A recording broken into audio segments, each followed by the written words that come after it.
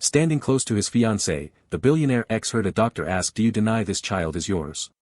The fluorescent lights of the hospital hummed overhead as the words left the doctor's mouth, and time itself seemed to fracture into a million pieces.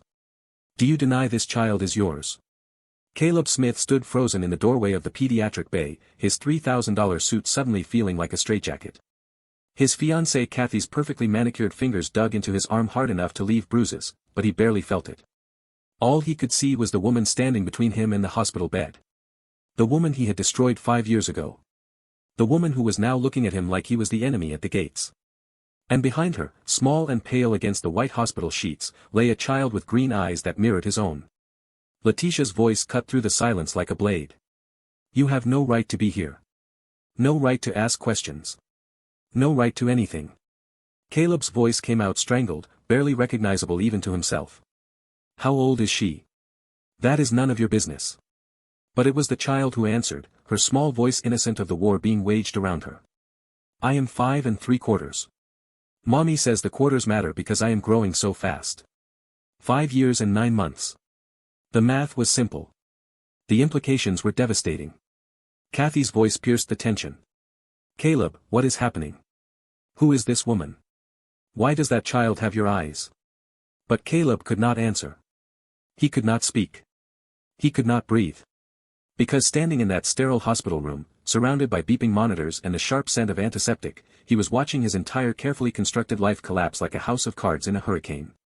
And this moment of complete destruction, was just the beginning. But to understand how we got here, to truly grasp the weight of what was unfolding in that hospital room, we need to go back. Back to the beginning.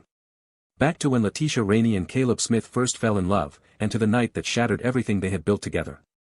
6 years ago, Chicago was experiencing one of its rare perfect autumn evenings. The kind where the air carries just enough chill to make you grateful for warm company, and the city lights reflect off the river like scattered diamonds. In the heart of the Arts District, a small but prestigious gallery was hosting its most anticipated event of the season.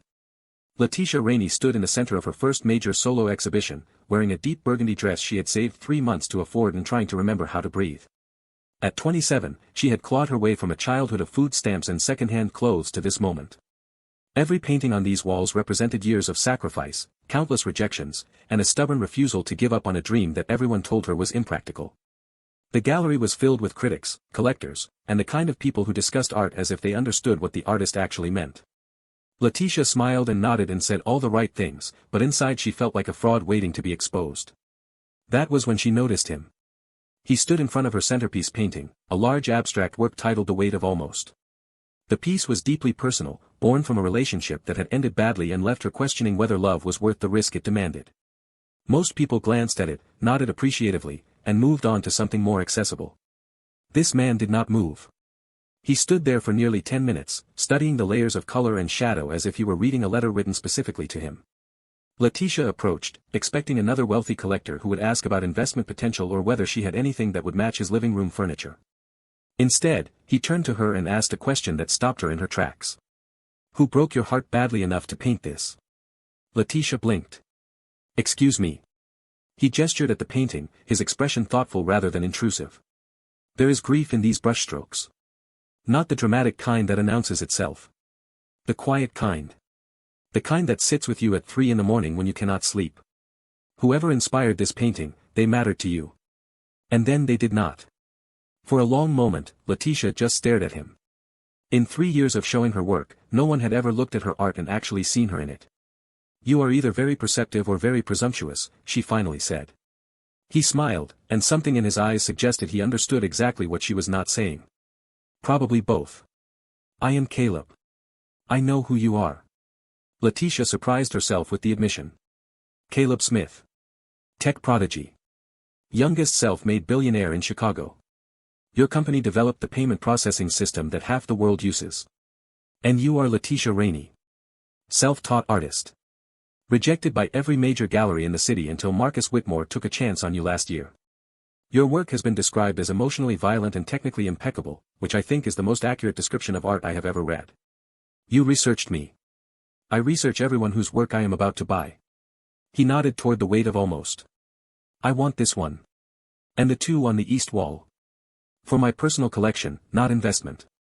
I do not believe in treating art like stock options." That is a lot of money for someone who just met me. Caleb shrugged. It is a lot of art from someone who understands pain well enough to make it beautiful. I think that is worth whatever you are charging. They talked for 3 hours that night. Long after the gallery emptied, long after the champagne went flat and the catering staff began shooting them impatient looks. He told her about building his company from a dorm room idea, about the loneliness of success, about how everyone wanted something from him and no one wanted to know him. She told him about growing up in poverty, about her mother who worked 3 jobs and still died believing she had failed her children, about the art professor who told her she had talent but would never make it because people like her did not belong in galleries. By the time they exchanged phone numbers, Letitia knew she was in trouble. Not because Caleb Smith was wealthy or powerful or conventionally attractive, though he was all of those things. But because he had looked at her art and seen her. And that was far more dangerous than any of the rest. Their first date was not what she expected. He did not take her to a 5-star restaurant with waiters who spoke in hushed tones and presented wine lists thicker than novels. Instead, he drove her to a hole-in-the-wall Thai restaurant on the south side, the kind of place with sticky menus and mismatched chairs and food that tasted like someone's grandmother had been perfecting the recipes for generations. How did you find this place? Letitia asked, watching him navigate the menu with obvious familiarity. I used to live 3 blocks from here. Before the company took off. When I was still eating ramen for every meal and convincing myself that sleep was optional. This place gave me credit when I could not afford to pay. Mrs. Thanurat believed in me before anyone else did. As if summoned, an elderly Thai woman emerged from the kitchen and immediately began scolding Caleb in rapid Thai, punctuated by affectionate swats to his shoulder. He responded in equally fluent Thai, gesturing to Letitia with obvious pride. Mrs. Thanurat turned to examine Letitia with shrewd eyes. After a long moment, she nodded approvingly and said something to Caleb that made him blush. What did she say? Letitia asked after the woman returned to the kitchen. She said you have an honest face and I should not mess this up. Letitia laughed. I think I like her. The months that followed were a revelation. Letitia had dated before, but always with one foot out the door, always waiting for the other shoe to drop. With Caleb, she found herself forgetting to be guarded. He challenged her assumptions about success and what it cost. She challenged his tendency to hide behind work rather than confront emotion. They fought about politics and art and whether deep dish pizza was actually pizza. They made up in ways that left them both breathless. On their 6-month anniversary, he took her to his penthouse apartment for the first time. The space was impressive in its coldness, all chrome and glass and empty walls that seemed to echo with loneliness. This is where you live? Letitia asked, trying to keep the dismay from her voice. Caleb looked around as if seeing it through her eyes for the first time. It is where I sleep sometimes. Between meetings. I would not call it living. It needs color. Life. Something that says a human being actually exists here. He pulled her close, his breath warm against her ear. Maybe you could help with that. She did. Over the following months, the sterile penthouse transformed. Her paintings appeared on the walls.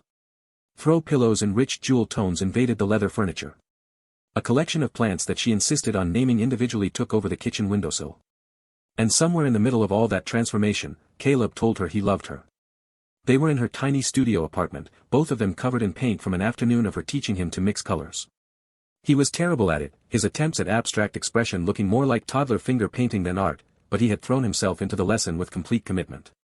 I love you, he said, no preamble, no build-up. Just the words dropping into the space between them like stones into still water. Letitia's brush stopped moving.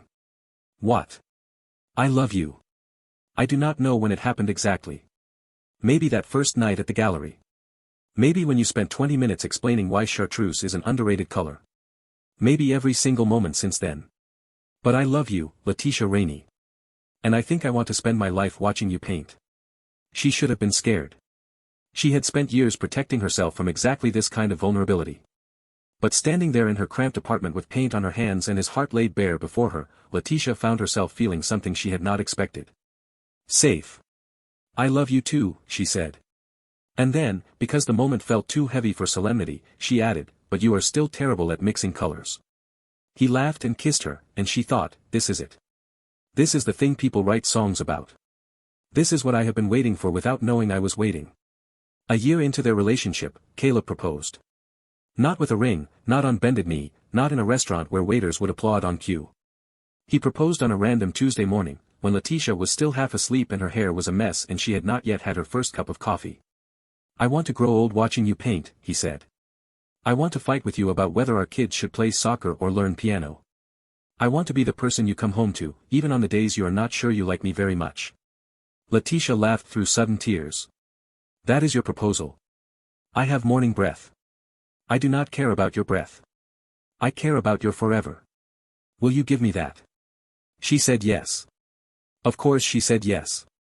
Because in that moment, she could not imagine any other answer. They agreed to wait for the wedding until after her gallery was established.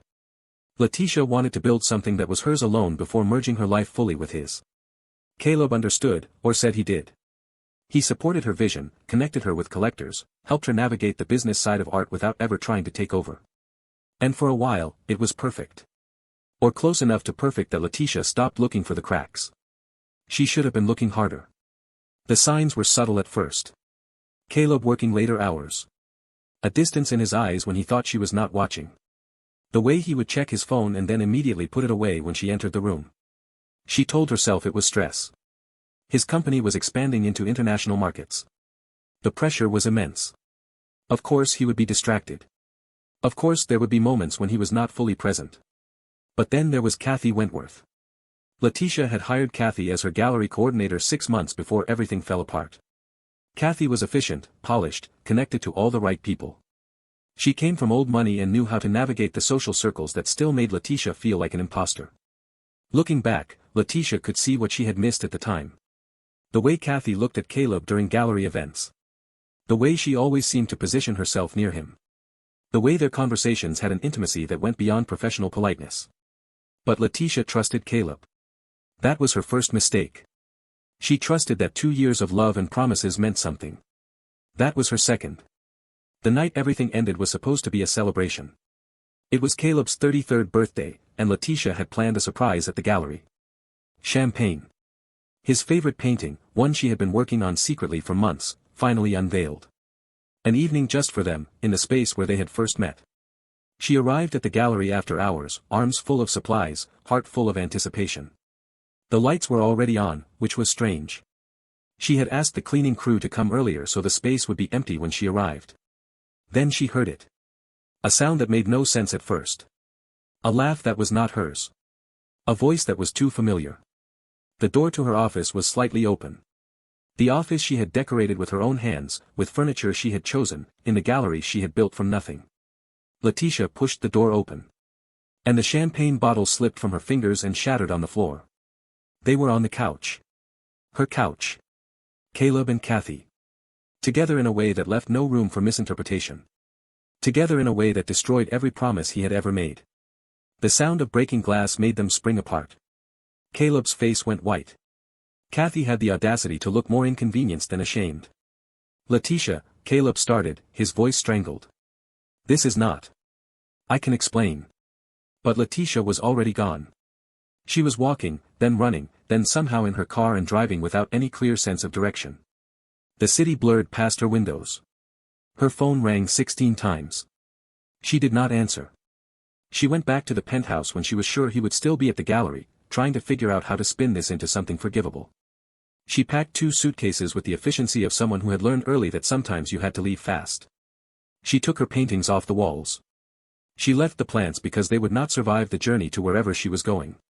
She did not know where she was going. She just knew she could not stay. Caleb found her as she was loading the second suitcase into her car. He looked wrecked, destroyed, like a man watching his world burn and knowing he was the one holding the match.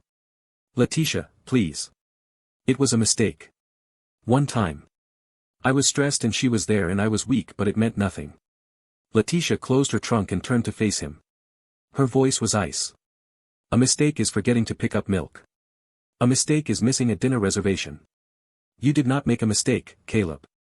You made a choice. You chose her. In my office. On my couch. In the life I built with my own hands.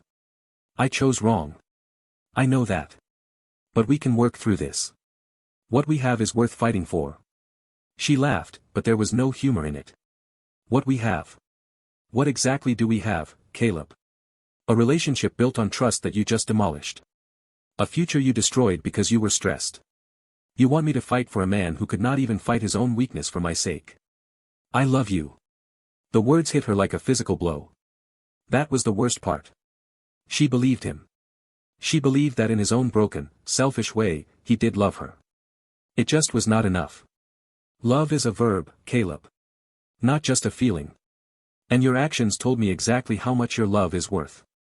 She got into her car, rolled down the window for one final exchange. I am not the one who destroyed us. You did that all by yourself. Now you get to live with it. She drove away without looking back. In the rearview mirror, she could see him standing in the parking garage, getting smaller and smaller until the darkness swallowed him completely. Before we continue with what happened next, before you find out the secret that Letitia discovered just 2 weeks later, I need to pause for a moment and speak directly to you. If you have ever been betrayed by someone you loved, if you have ever had your trust shattered by the person who was supposed to protect it, then you know exactly what Letitia was feeling as she drove away from her old life. That hollow emptiness. That disbelief that this is actually happening. That voice in your head asking what you did wrong, even when you know the answer is nothing. This story is for everyone who has ever had to rebuild from the ashes of someone else's choices. So if this is resonating with you, if you are invested in seeing where Letitia's journey takes her, I need you to hit that like button right now. Not for me, but for everyone watching who needs to know they are not alone. And trust me, what Letitia discovers next changes everything. Stay with me. Letitia drove west until she could not drive anymore. She ended up in Portland, Oregon, mostly because that was where the road took her and partly because it was as far from Chicago as she could get without driving into the ocean. She found a small apartment in a neighborhood that asked no questions. She unpacked her 2 suitcases. She stared at blank walls that held none of her history. And for 2 weeks, she survived. That was the only word for it. She went through the motions of existing. She ate when she remembered to. She slept when exhaustion forced her to. She ignored the phone calls that eventually stopped coming. She told herself she was healing. She was actually just frozen. Then the nausea started. At first she blamed it on stress.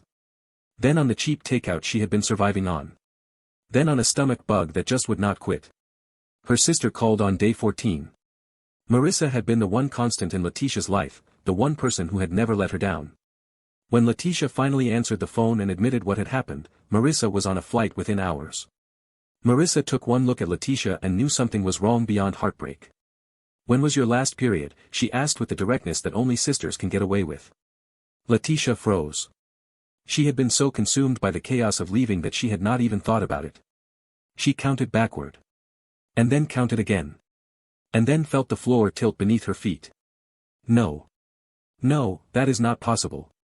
Marissa was already grabbing her keys. Come on. We are going to the pharmacy. Right now. The test was positive. Letitia sat on the bathroom floor of her tiny apartment, staring at 2 pink lines that had just rewritten her entire future. Marissa sat beside her, saying nothing, just being present the way she always had been. What am I going to do? Letitia whispered. What do you want to do? I do not know. She pulled her knees to her chest, feeling smaller than she had in years. I just left him, Marissa. I left because he betrayed me in the worst way possible. How can I go back now and say surprise, I am pregnant? You do not have to go back. Letitia looked at her sister. What? You do not have to tell him. Marissa's voice was careful, non-judgmental. That is an option. It is not the only option, but it is an option. You could raise this child on your own. Start fresh. Build a life that has nothing to do with him. That is not fair. To the child. To him. Marissa took her hand. Is it fair that he cheated on you 3 weeks before you found out you were pregnant? Is it fair that he destroyed your trust and your future in one selfish moment? Fair is not really on the table here, Letitia. What is on the table is what you can survive. What you can live with. Letitia spent 3 days thinking about it. 3 days of pacing her small apartment, weighing options that all felt impossible. She thought about calling Caleb. She imagined the conversation. She pictured him showing up in Portland, full of apologies and promises, inserting himself back into her life because now there was a child involved. She imagined raising her child in his world. The penthouse apartment with no color. The galas full of people who would always see her as the outsider who got lucky. The constant presence of Kathy Wentworth, who would probably stay in his orbit because people like her always did. She imagined co-parenting with a man who had proven he could not be trusted. Custody arrangements and awkward handoffs and her child watching their father choose easy over meaningful, the same way he had chosen Kathy over her. And slowly, a decision crystallized. She would keep the baby. She would raise this child with all the love she had to give. And she would do it alone. Not because Caleb did not deserve to know. Maybe he did. Maybe he did not. But because she could not survive letting him back into her life, and she could not raise a healthy child while drowning in the toxicity of what he had done. It was not the right decision. It was not the wrong decision. It was the only decision she could live with. Marissa helped her find a doctor. Helped her file paperwork for her new life. Helped her grieve the future she had expected while building a new one she had never imagined. And 9 months later, on a rainy March night in Portland, Zoe entered the world screaming. Letitia held her daughter for the first time and felt something she had not felt since before the betrayal. Hope. The first years were brutal in the way that only single parenthood can be. Letitia had no family in Portland, no support system beyond Marissa's occasional visits. She learned to function on 3 hours of sleep. She learned to paint with a baby strapped to her chest. She learned that survival was not a single heroic act but a series of small choices made over and over again. She also learned that Zoe was the best thing that had ever happened to her. Her daughter had Letitia's dark curly hair but Caleb's green eyes. Every time Letitia looked at her, she saw pieces of the man she had loved mixed with pieces of herself, and somehow the combination was entirely new. Entirely Zoe. By Zoe's first birthday, Letitia had opened a small online shop selling her paintings. By her second birthday, the shop had grown enough that Letitia could afford a proper studio space. By her third birthday, she had opened a physical gallery in downtown Portland. She called it Second Chances. Because that was what Zoe had given her. A second chance at building a life that was hers alone. The gallery gained recognition slowly and then all at once. Critics noticed her work, now deeper and more layered than anything she had produced before. Collectors sought her out. She hired staff, expanded the space, became a respected voice in the Portland art community. And through it all, she raised her daughter. She taught Zoe to mix colors before she could read. She filled their small house with art and laughter and the kind of love that asks for nothing in return. Zoe asked about her father once, when she was 4. They were at the park, watching other children play with their dads, and Zoe turned to Letitia with curious eyes. "Mommy, where is my daddy?" Letitia had prepared for this question. Had practiced answers in the mirror. But nothing prepared her for the way the words stuck in her throat. "Your daddy lives very far away," she finally said. "But you have me, sweet girl. And that is enough." "Is he nice?" "I think he could be, sometimes." Zoe seemed to accept this, the way children accept things they do not fully understand. She went back to playing, and Letitia sat on the bench and breathed through the tightness in her chest. Sometimes she wondered if she had made the right choice. Sometimes late at night, when Zoe was asleep and the house was quiet, she would look at her daughter and see Caleb's smile in the curve of her lips, Caleb's stubbornness in the set of her jaw. He was missing everything. First words. First steps. First day of school. Every milestone that makes up a childhood, and he had no idea any of it was happening. But then she would remember. The gallery. The couch. The look on his face when he was caught. And the guilt would harden back into resolve. She had made her choice. Now she had to live with it. By Zoe's 5th year, Letitia had built something remarkable. A successful gallery. A beautiful daughter. A life that proved she did not need anyone to complete her. But life has a way of unraveling even the most carefully constructed plans. It started on a Tuesday evening that seemed like any other. Zoe came home from kindergarten complaining of a headache. Letitia gave her juice and crackers and assumed it was nothing. Children got headaches. It was normal. By dinner, Zoe was too tired to eat. By bedtime, she was running a low fever. Letitia gave her medicine and told herself it was just a cold. By 10 o'clock that night, Zoe's fever had spiked to 104 degrees, and she was not responding normally to questions. Letitia's carefully constructed calm shattered. She grabbed her daughter, wrapped her in a blanket, and drove to the nearest hospital with the single-minded focus of a mother watching her child slip away. The emergency room at Mercy General was chaos. Crying children. Frantic parents. Overworked nurses trying to triage an endless stream of patients. Letitia pushed through the crowd, carrying Zoe in her arms, her voice rising above the noise. "My daughter has a fever of 104. She is not responsive. Someone needs to help her right now." Something in her voice, or perhaps the genuine terror on her face, cut through the chaos. A nurse appeared, took one look at Zoe, and immediately called for a gurney. The next hour was a blur of white coats and beeping machines and questions Letitia could not answer. They took blood. They ran tests. They hooked Zoe up to monitors that tracked her heartbeat and oxygen levels and a dozen other things Letitia did not understand. Finally, a doctor appeared. A woman in her 50s with kind eyes and a manner that suggested she had delivered difficult news many times before. Ms. Rainey, I am Dr. Marjorie Sinclair. Your daughter is stable for now. The fever is responding to treatment. Letitia nearly collapsed with relief. Thank God. What is wrong with her? What caused this? That is what we are trying to determine. Dr. Sinclair hesitated. We have run some preliminary blood work, and there are some unusual markers we need to investigate further. I need to ask you about your daughter's medical history. Specifically, about her father. The question hit Letitia like a bucket of cold water. What about her father? Zoe has a rare blood type. AB negative. Combined with some of the genetic markers we are seeing, we need family medical history from both biological parents. Is her father available to answer some questions? Her father is not in her life. I understand that these situations can be complicated. But given what we are seeing, any genetic information could be invaluable for Zoe's treatment. Is there any way to reach him? Before Letitia could answer, before she could come up with another deflection, the curtain around Zoe's bay rustled and parted. And there he was. Caleb Smith stood in the opening, looking like he had seen a ghost. Which, in a way, he had. Behind him, hand on his arm, stood Kathy Wentworth. His fiancée, if the ring on her finger was any indication. 5 years had passed, and somehow they had ended up together after all.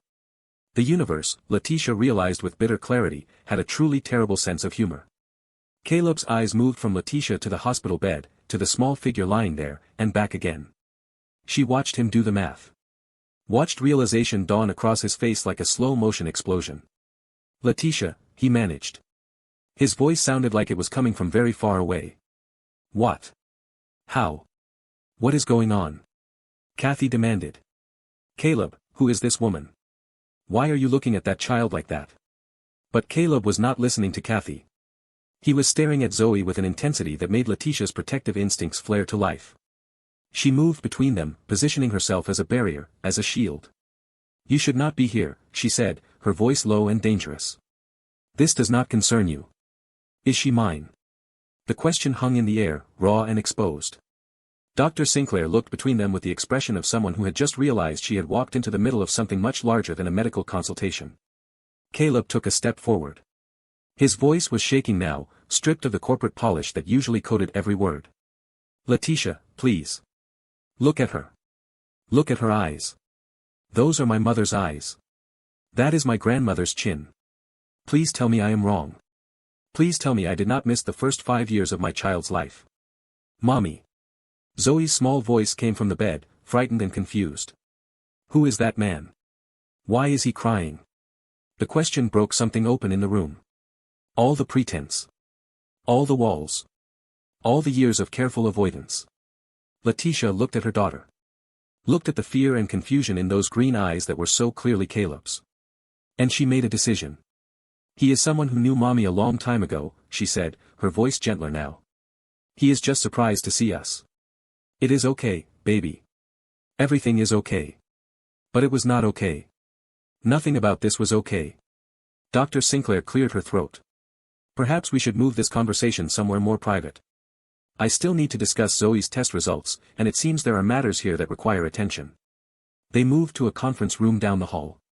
Zoe stayed in her bay with a kind nurse who promised to read her stories. Caleb and Kathy followed Letitia and Dr. Sinclair through corridors that felt endless. In the conference room, under harsh fluorescent lights, the truth finally came out. She is mine, Caleb said. It was not a question anymore. She is mine and you never told me. Letitia sat across from him, her spine straight, her expression controlled. I did what I had to do. What you had to do. His voice cracked. You had to keep my daughter from me for 5 years. You had to let me miss her first word, her first steps, every single moment of her life. That is what you had to do. You lost the right to those moments when you chose someone else over me. The words landed like a slap. Kathy made a small sound beside Caleb, some mix of shock and dawning horror. Caleb leaned forward, his hands flat on the table. What I did was wrong. I have never denied that. But this. Keeping her from me completely. This is beyond wrong, Letitia. This is cruel. Cruel. Letitia laughed, but there was no humor in it. You want to talk about cruel? Let me tell you about cruel. Cruel is finding out you are pregnant 2 weeks after the man you loved betrayed you. Cruel is throwing up every morning and not knowing if it is morning sickness or grief. Cruel is going through childbirth alone in a city where you know no one because you were too destroyed to stay in the place that held your memories. Letitia. I built a life, Caleb. From nothing. I built a career and a home and a family, and I did it without any help from you. Not because you offered and I refused. Because you did not even know you should be offering. And that was my choice, yes. But it was a choice born from survival.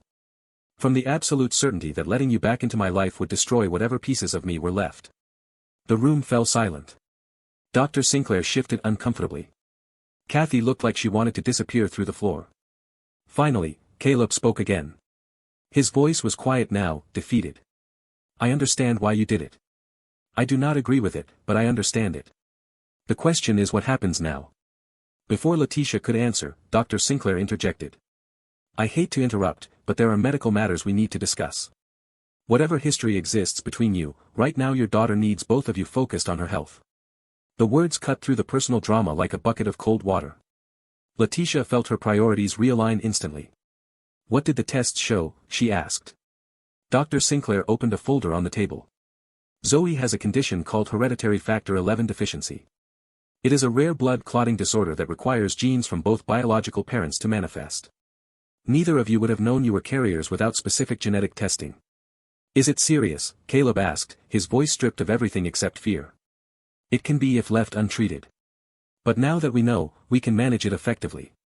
Zoe will need regular monitoring, possibly some procedures as she grows. With proper care, she can live a completely normal life. The relief that flooded through Letitia was physical, visceral. A normal life. That was all she had ever wanted for her daughter. I will cover all medical expenses, Caleb said immediately. Whatever she needs. The best specialists. The most advanced treatments. Letitia's instinct was to refuse, to assert that she had managed alone and would continue to manage alone. But this was not about pride. This was about Zoe. We can discuss logistics later, she said carefully. Right now I want to see my daughter. Our daughter, Caleb corrected quietly. And yes. I want to see her too. Alright, before we continue, before you find out what happens when Caleb finally meets the daughter he never knew existed, I need to stop and talk to you for a moment. We are at a crossroads in this story. Letitia made a choice 5 years ago, and it changed the course of 3 lives. Caleb made a choice 6 years ago, and it set all of this in motion. Right now, in this hospital, they are both facing the consequences of those choices. So here is my question for you. Drop it in the comments right now. Do you think Letitia was right to keep Zoe a secret? Or should she have told Caleb despite what he did? There are no wrong answers here because this is exactly the kind of impossible situation that real life throws at us. And while you are thinking about that, make sure you are subscribed to Mr. Dawson Stories and hit that notification bell. Because what happens next, when Caleb walks into that hospital bay and sees his daughter awake for the first time, it is going to change everything. Ready? Let me tell you what happened next. They returned to Zoe's bay together, an uneasy truce holding between them. Kathy had excused herself, citing a need for air, but Letitia suspected she was actually calling lawyers or publicists or whoever it was that billionaires called when their carefully planned lives started falling apart. Zoe was awake when they entered, propped up against pillows and looking more alert than she had in hours. The fever had broken. The color was returning to her cheeks. She looked like a normal 5-year-old who had just had a very bad night, which was exactly what she was. Mommy.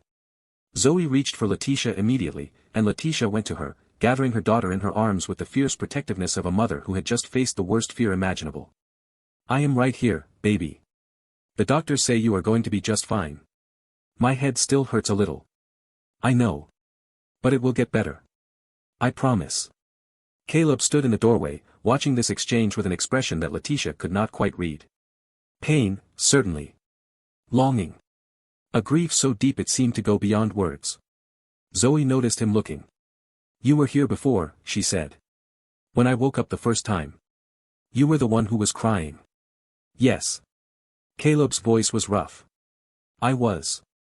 Why were you crying?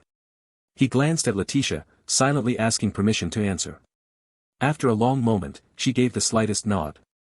Because I was seeing someone very special for the first time, Caleb said, moving slowly into the room. And I realized I had missed a lot of time with her. Zoe considered this with the seriousness that 5-year-olds bring to important matters. Are you a friend of my mommy's? I used to be. A long time ago. Why are you not friends anymore? Again that glance at Letitia. Again that barely perceptible nod. Because I made a mistake, Caleb said. A big one. And I hurt your mommy very badly. She needed to go somewhere I was not, so she could heal. Zoe processed this information. Did you say sorry? I tried. But some hurts are too big for sorry to fix right away. Mommy says that when I am really sorry and I show it with my actions, people can forgive me. Caleb smiled, and something in Letitia's chest twisted painfully. It was a genuine smile, full of wonder and sadness and hope. Your mommy is very smart. She is the smartest, Zoe agreed. She paused, studying Caleb with the unnerving perception that children sometimes possess. You have the same eyes as me. The statement hung in the air. Letitia held her breath. Do I? Caleb asked, his voice barely above a whisper. Yes. Green like leaves. Mommy says my eyes are special because they change color in different lights. Do yours do that too? They do. That is cool. Zoe yawned suddenly, the exertion of conversation catching up with her. I am tired again. Then you should sleep, baby.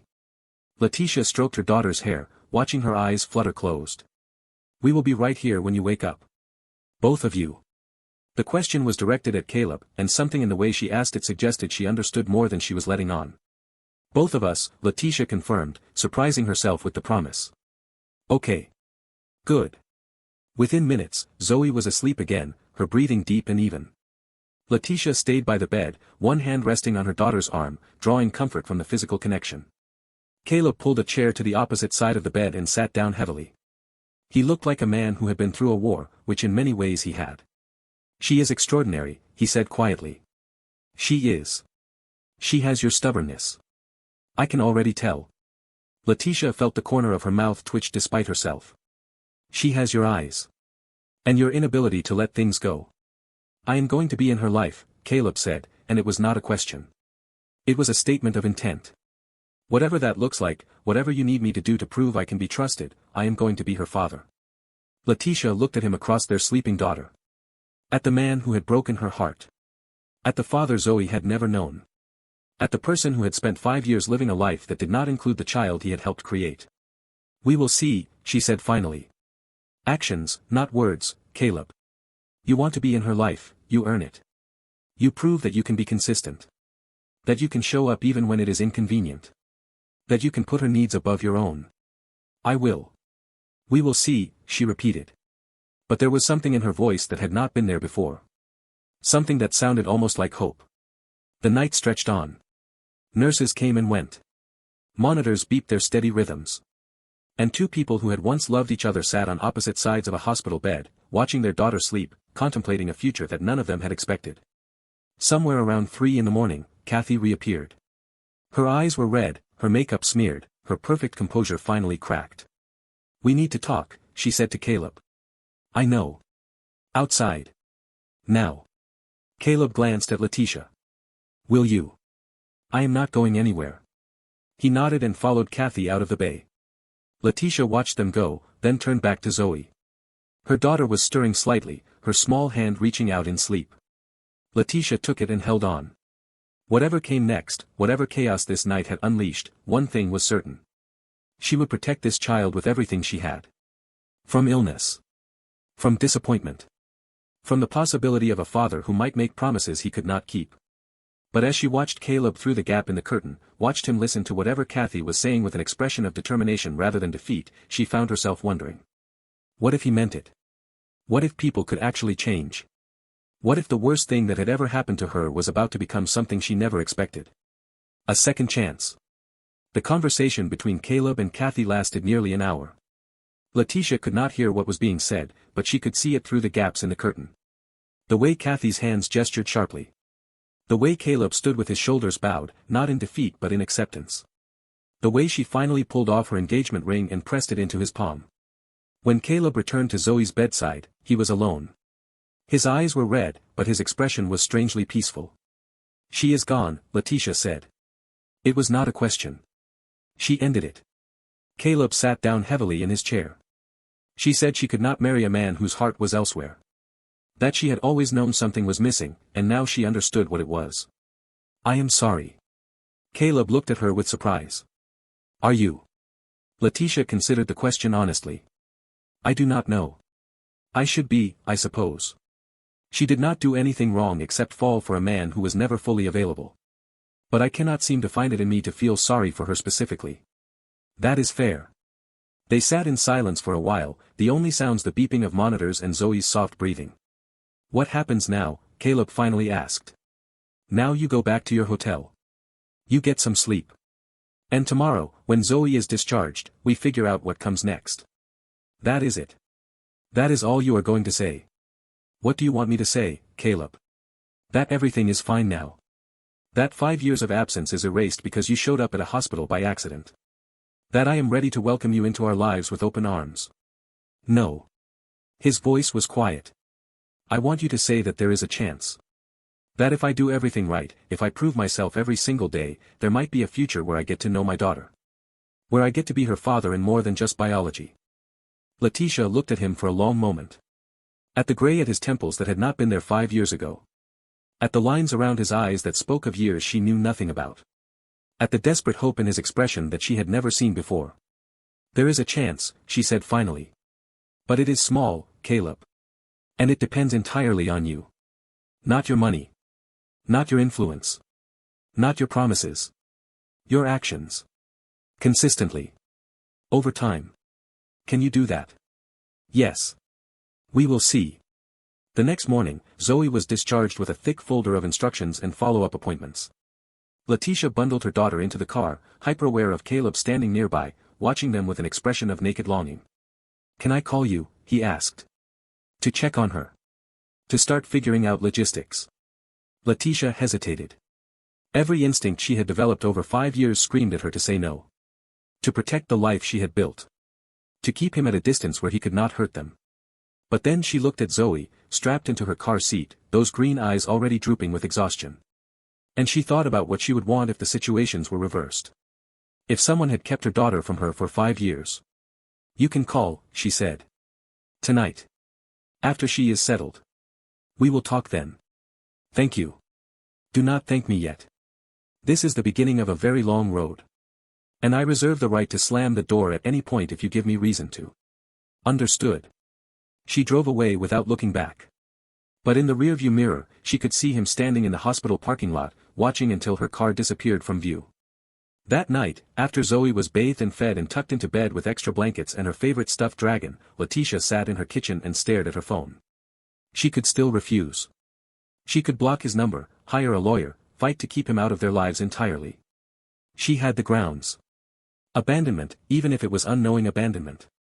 5 years of sole custody and responsibility. A stable home that did not need disruption. But Zoe had asked about her father again that afternoon. Not with the casual curiosity of before, but with something more pointed. More aware. Mommy, that man at the hospital. The one with my eyes. Is he my daddy? Letitia had frozen, spatula in hand, scrambled eggs forgotten on the stove. What makes you ask that, baby? Because he looked at me the way you look at me. Like I am the most important thing in the whole world. Out of the mouths of children, Letitia thought. Sometimes they saw more clearly than adults ever could. The phone rang at exactly 8 o'clock. Caleb was nothing if not punctual. How is she? He asked without preamble. Sleeping. The fever stayed down all day. She ate a good dinner. She seems back to normal. Good. That is good. Silence stretched between them, filled with everything that needed to be said and neither of them knew how to begin. I want to propose some ground rules, Letitia finally said. For how this works going forward. I am listening. First. All visits are supervised. By me. You do not get alone time with her until I am confident you can be trusted with it. Agreed. Second. We go slow. No overwhelming her with gifts or promises or sudden fatherhood. You are a stranger to her, Caleb. You earn proximity gradually. Agreed. Third. You fit into our schedule, not the other way around. I have a business to run. She has school and activities and a life. You work around that. Agreed. Letitia paused, surprised by his immediate acceptance. You are not going to argue with any of this. Why would I argue? You are giving me a chance I do not deserve. You could have refused entirely. You could have lawyers and restraining orders and a lifetime of kept doors. Instead you are offering me a path forward. I would be insane to complain about the conditions. Something in his voice made Letitia pause. This was not the Caleb she remembered. The old Caleb would have negotiated. Would have pushed for more. Would have treated this like a business deal where winning meant getting the upper hand. You have changed, she said, and it was not quite a question. I have had 5 years of learning what losing everything actually feels like. It turns out success means nothing when you come home to an empty apartment every night.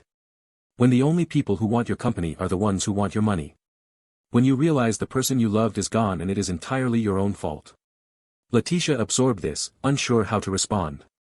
I started therapy, Caleb continued. About 2 years ago. I was having panic attacks.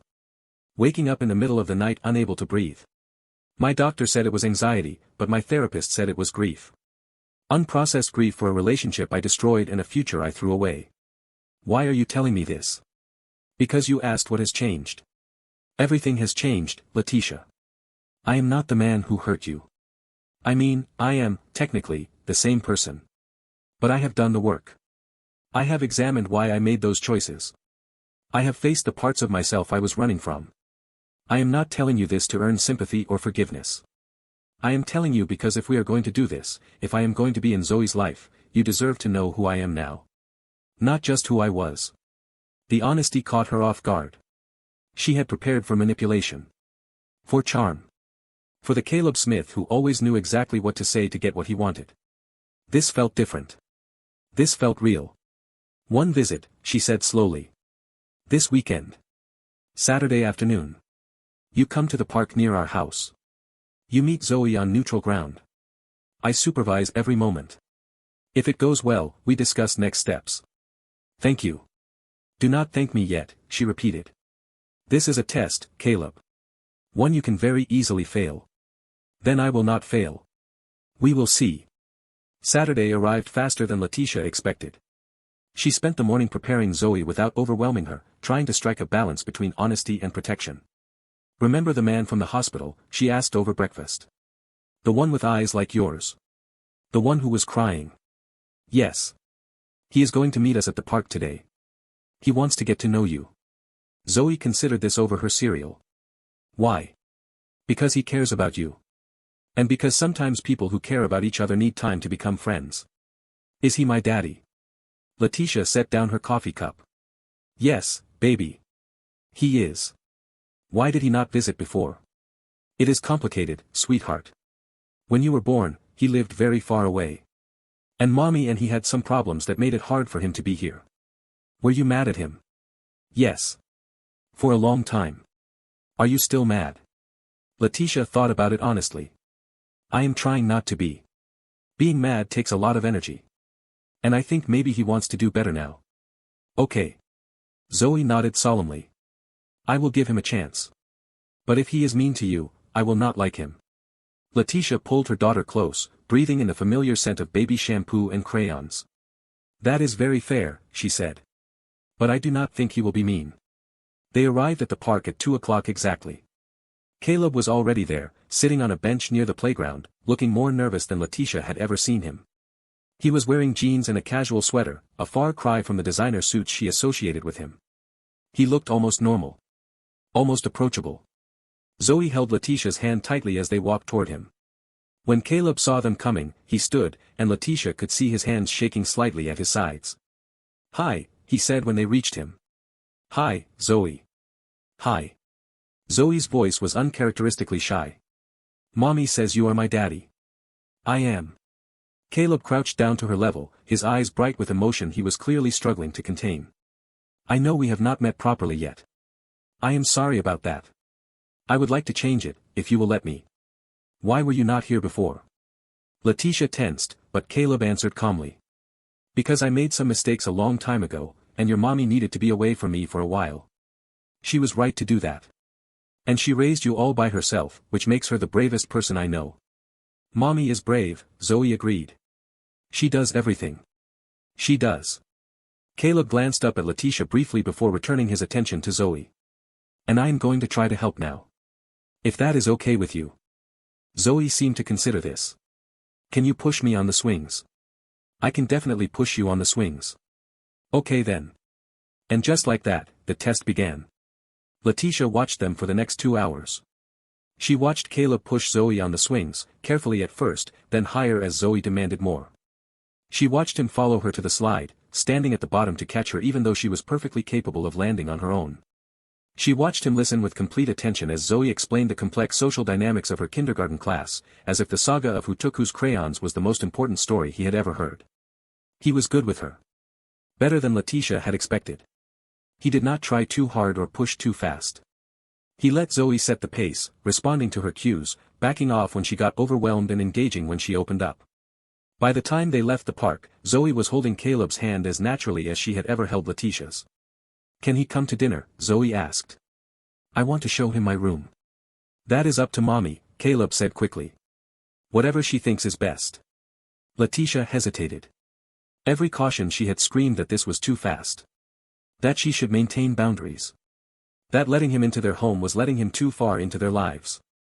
But Zoe was looking at her with those green eyes, so much like his, so full of hope. He can come, she said. But just for a little while. Zoe cheered.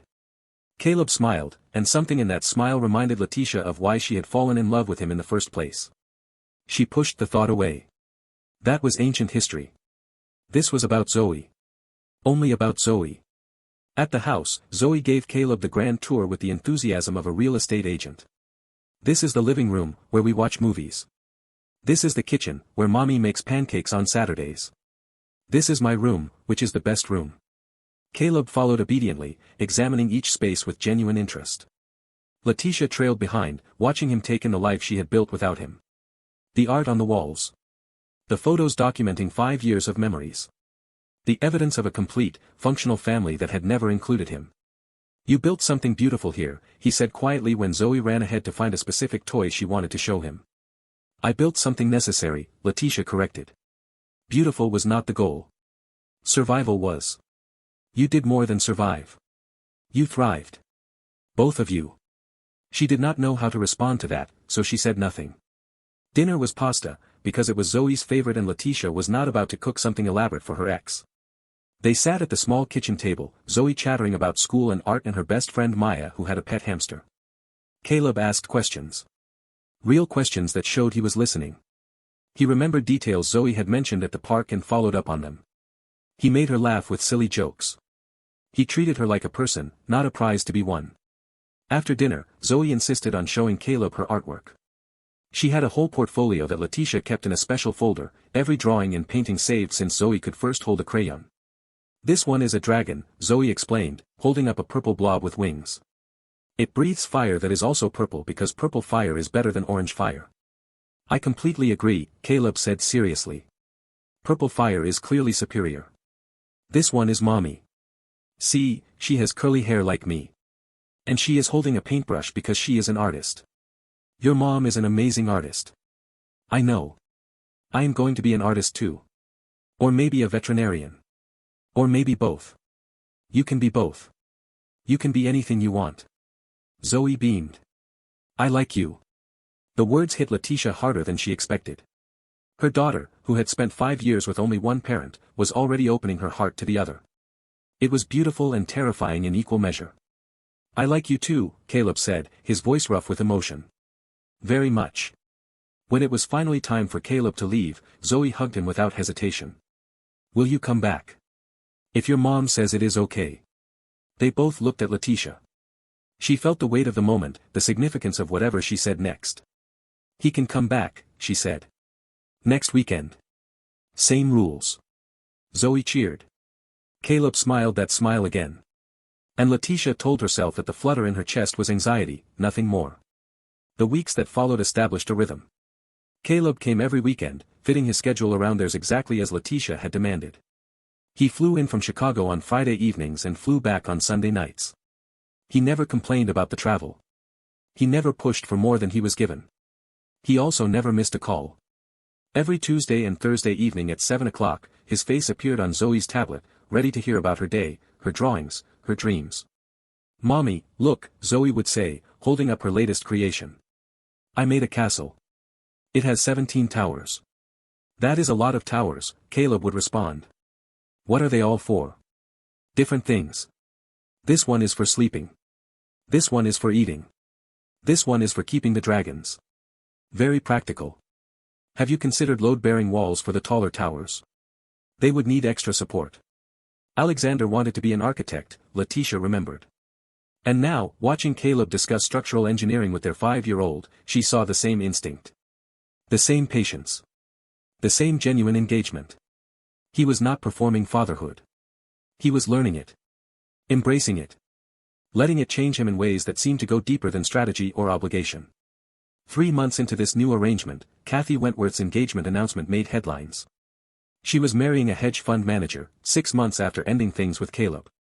The society pages called it a whirlwind romance. Letitia called it a soft landing. "Do you regret it?" she asked Caleb during one of their now regular conversations. The ones that happened after Zoe went to bed, when they sat on her porch and talked like the strangers they had become. "Regret what?" "The engagement. Ending it. All of this." Caleb was quiet for a moment. "I regret a lot of things. Hurting you. Missing Zoe's childhood. The choices that led to all of it. But ending things with Kathy is not one of them." "Why not?" "Because I was never in love with her." Caleb's voice was steady, honest. "I was with her because it was easy. Because she did not challenge me the way you did. Because after I lost you, I convinced myself that comfortable was the same as good. That is not fair to her." "No. It was not.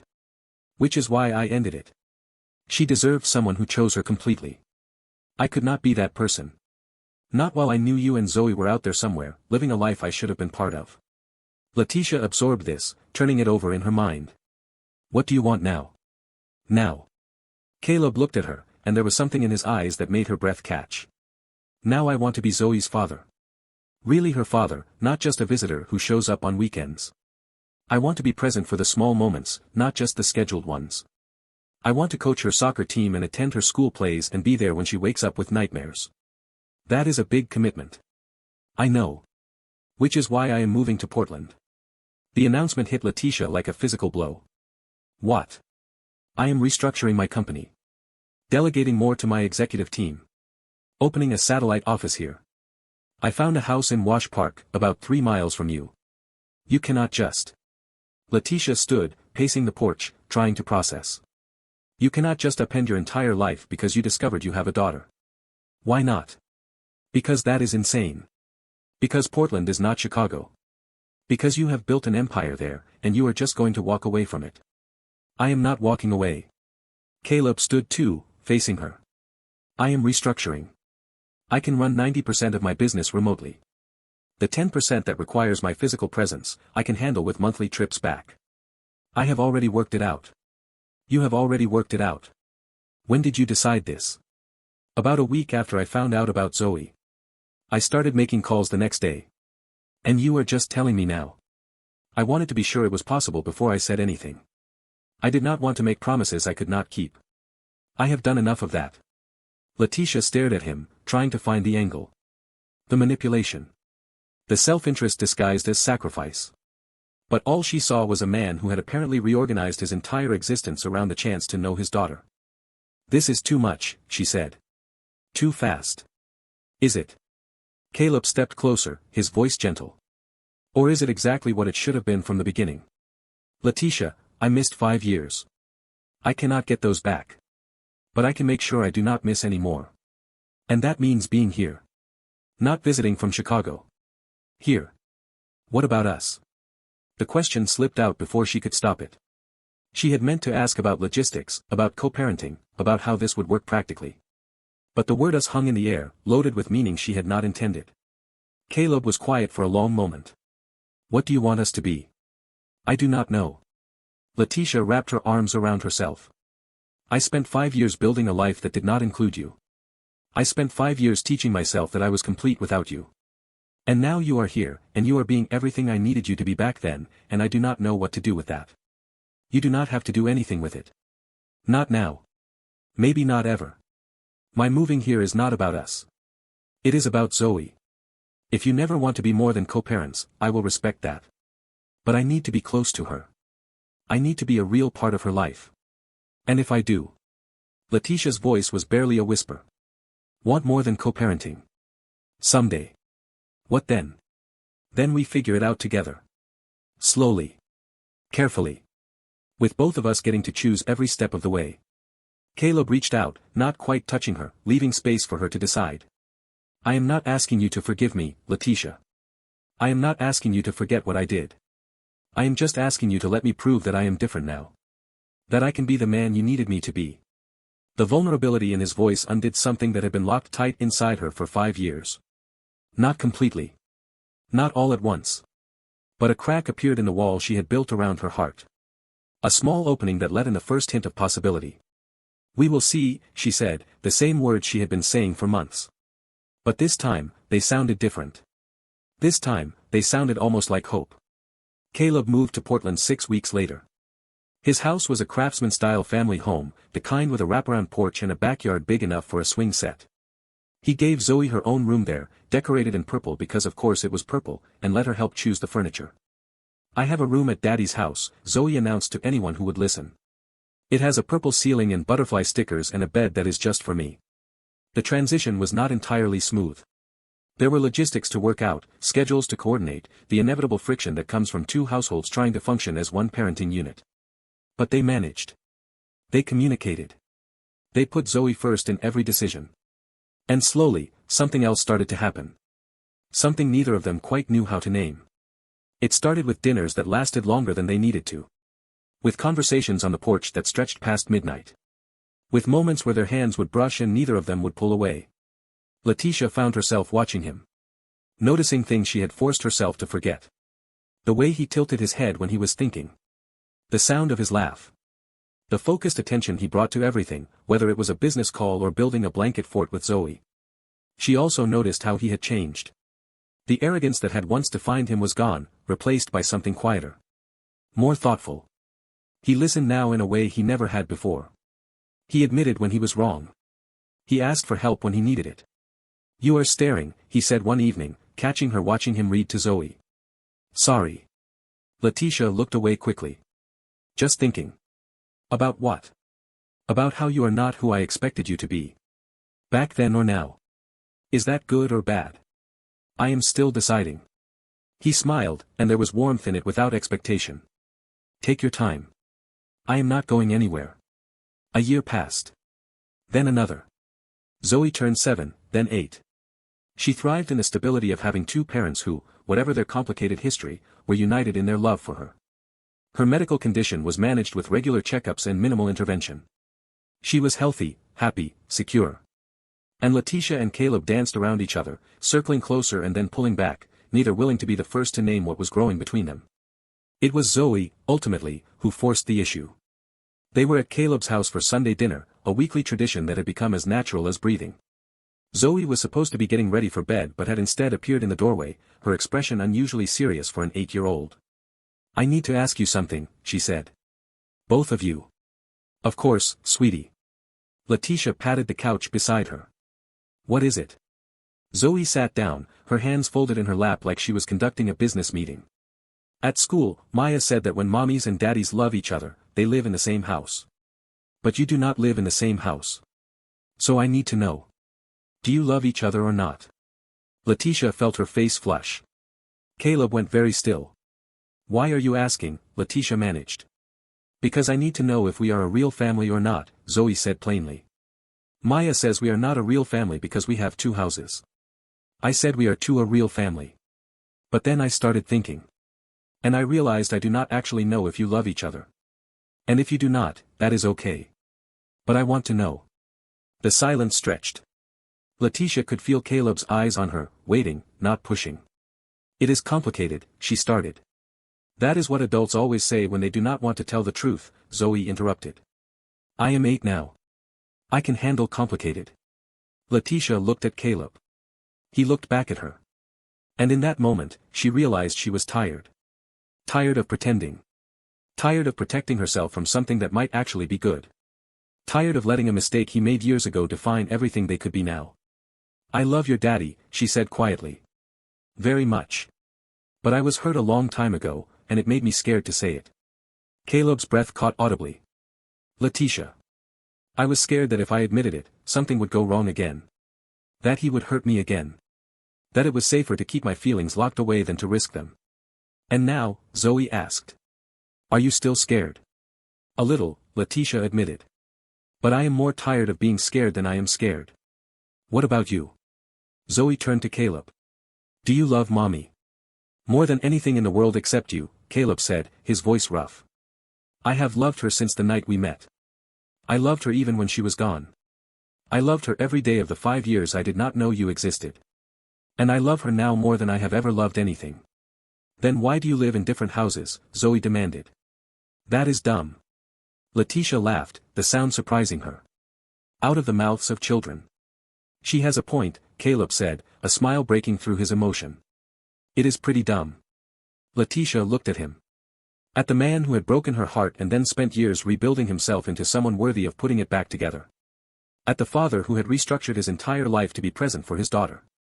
At the person who had earned, through consistent action, the trust she had sworn she would never give again. "Maybe we should talk about that," she said. "The different houses thing. Maybe we should." Zoe looked between them, clearly pleased with herself. "Good. Now can I have a cookie before bed?" "Nice try," both parents said simultaneously. "Worth a shot," Zoe shrugged, and headed back to her room. After she was gone, after the house was quiet and they were alone, Letitia and Caleb sat on his couch and faced each other. "Did you mean it?" Caleb asked. "What you said? About loving me?" "Every word." Letitia reached for his hand, something she had not done voluntarily in 8 years. "I have been fighting it for so long. Telling myself it was impossible. That too much had happened. That I could never trust you again. And now. Now I look at who you have become, and I cannot pretend anymore. You are not the man who hurt me. You are someone new. Someone who earned a second chance I never planned to give." Caleb brought her hand to his lips, pressing a gentle kiss to her knuckles. "I will spend every day proving you right," he said. "For the rest of my life, if you will let me. I will let you." And then he kissed her, and it was like coming home to a place she had forgotten existed. Familiar and new at the same time. A beginning that felt like a continuation. A second chance that had been 8 years in the making. They took it slow. That was Letitia's condition, and Caleb agreed without hesitation. They dated like they were starting from scratch, because in many ways they were. Dinners and movies and long walks where they talked about everything, the years they had spent apart, the people they had become, the future they might build together. They told Zoe after 3 months. She responded with an eye roll that seemed far too sophisticated for an 8-year-old. "Obviously," she said. "I figured that out weeks ago. When are you moving in together?" "We are still figuring that out," Letitia said. "Adults are so slow," Zoe sighed. "Just pick a house already." Letitia moved into Caleb's house on a Saturday in April, 1 year and 2 months after their daughter had demanded to know whether they loved each other. Zoe helped direct the movers with the authority of a general commanding troops, ensuring that every box ended up in exactly the right place. That night, after Zoe was asleep, Letitia stood on the porch of what was now their house and looked up at the stars. Caleb came to stand beside her, wrapping an arm around her shoulders. "What are you thinking about?" "About how different this is from what I expected. 8 years ago, I thought I knew exactly how my life would go. And then it all fell apart. And now. Now I have something better than what I expected. Something real. Something earned." "We did okay," Caleb said. "Did we not?" Letitia turned to face him, cupping his face in her hands. "We did more than okay. We did the work. Both of us. We faced the hard stuff instead of running from it. We chose to try even when trying was terrifying." "Does that mean you forgive me?" Caleb asked quietly. "For what I did?" "It means I have accepted it," Letitia said carefully. "The mistake does not define you anymore. It is part of our story, but it is not the whole story. What you have done since, the man you have become, that matters more than the worst thing you ever did." "Thank you." "Do not thank me. You earned it. Every day for years, you earned it. That is the difference between then and now. Then you made promises. Now you keep them. He kissed her forehead, then her nose, then finally her lips. I love you, Letitia Rainey. I love you too. Still. Again. Both. They stood there for a long time, two people who had been broken by each other and then rebuilt together, looking out at a future they had almost missed entirely. The next morning, Zoe found them in the kitchen making breakfast together. Pancakes, because it was Saturday. Purple sprinkles on top, because Zoe insisted. We are a real family now, Zoe announced, climbing onto her stool. One house. Together. Like it should be. Like it should be, Letitia agreed, meeting Caleb's eyes over their daughter's head. And it was. Now before I end this story, I need to take a moment to speak directly to you. We have been on quite a journey together, from that hospital room where everything changed to this kitchen where a family is finally complete. This story was not about fairy tales or easy answers. It was about two people who made terrible choices and then made better ones. It was about the difference between surviving and thriving. It was about the possibility of redemption, not because it is given freely, but because it is earned through consistent, intentional action. If this story moved you, if it made you believe even a little bit that broken things can be made whole again, then I need you to do something for me right now. Hit that like button. Share this video with someone who needs to hear that second chances are real. Subscribe to Mr. Dawson Stories if you have not already, because we tell stories like this every week, stories about real people facing impossible situations and finding their way through. And drop a comment. Tell me what you thought. Tell me whether you would have forgiven Caleb. Tell me whether you think Letitia made the right choice in the end. Your voice matters in this community we are building together. Now let me leave you with the lessons this story teaches, because every story worth telling has something worth learning. On betrayal. Being hurt gives you the right to protect yourself. But protection can become a prison if you never reassess. Healing is not about forgetting what happened. It is about choosing not to let the past control the future. On redemption. Words mean nothing without consistent action. You cannot demand forgiveness. You can only earn the opportunity to receive it. And transformation is not a destination. It is a daily choice, made over and over again. On family. Biology creates connection, but choice creates relationship. Children deserve parents who show up, imperfect but present. And love is not about being perfect. It is about being committed. On second chances. Not everyone deserves a second chance. But some people do, if they are willing to do the work. The risk of trusting again is terrifying. But so is the cost of permanent walls that keep out pain but also keep out joy. Letitia and Caleb's story is proof that the worst thing you ever did does not have to be the last thing you ever do. That people can change, genuinely and completely, if they are willing to face themselves honestly. That sometimes the love we think we lost is actually waiting for us to become the people who can receive it properly. If you are carrying old wounds, I hope this story gives you permission to examine them. Not necessarily to forgive, that is your choice alone. But to ask whether those wounds are still serving you or whether they have become walls that keep out more than just pain. And if you are the one who caused harm. The road back is long. But it exists. It starts with accountability. It continues with action. And it never really ends, because being worthy of trust is a lifetime commitment, not a single conversation. Thank you for watching. Thank you for being part of this community. Thank you for believing in stories that challenge us to be better. This is Mr. Dawson Stories, reminding you that every ending is just a new beginning waiting to be written. Until next time.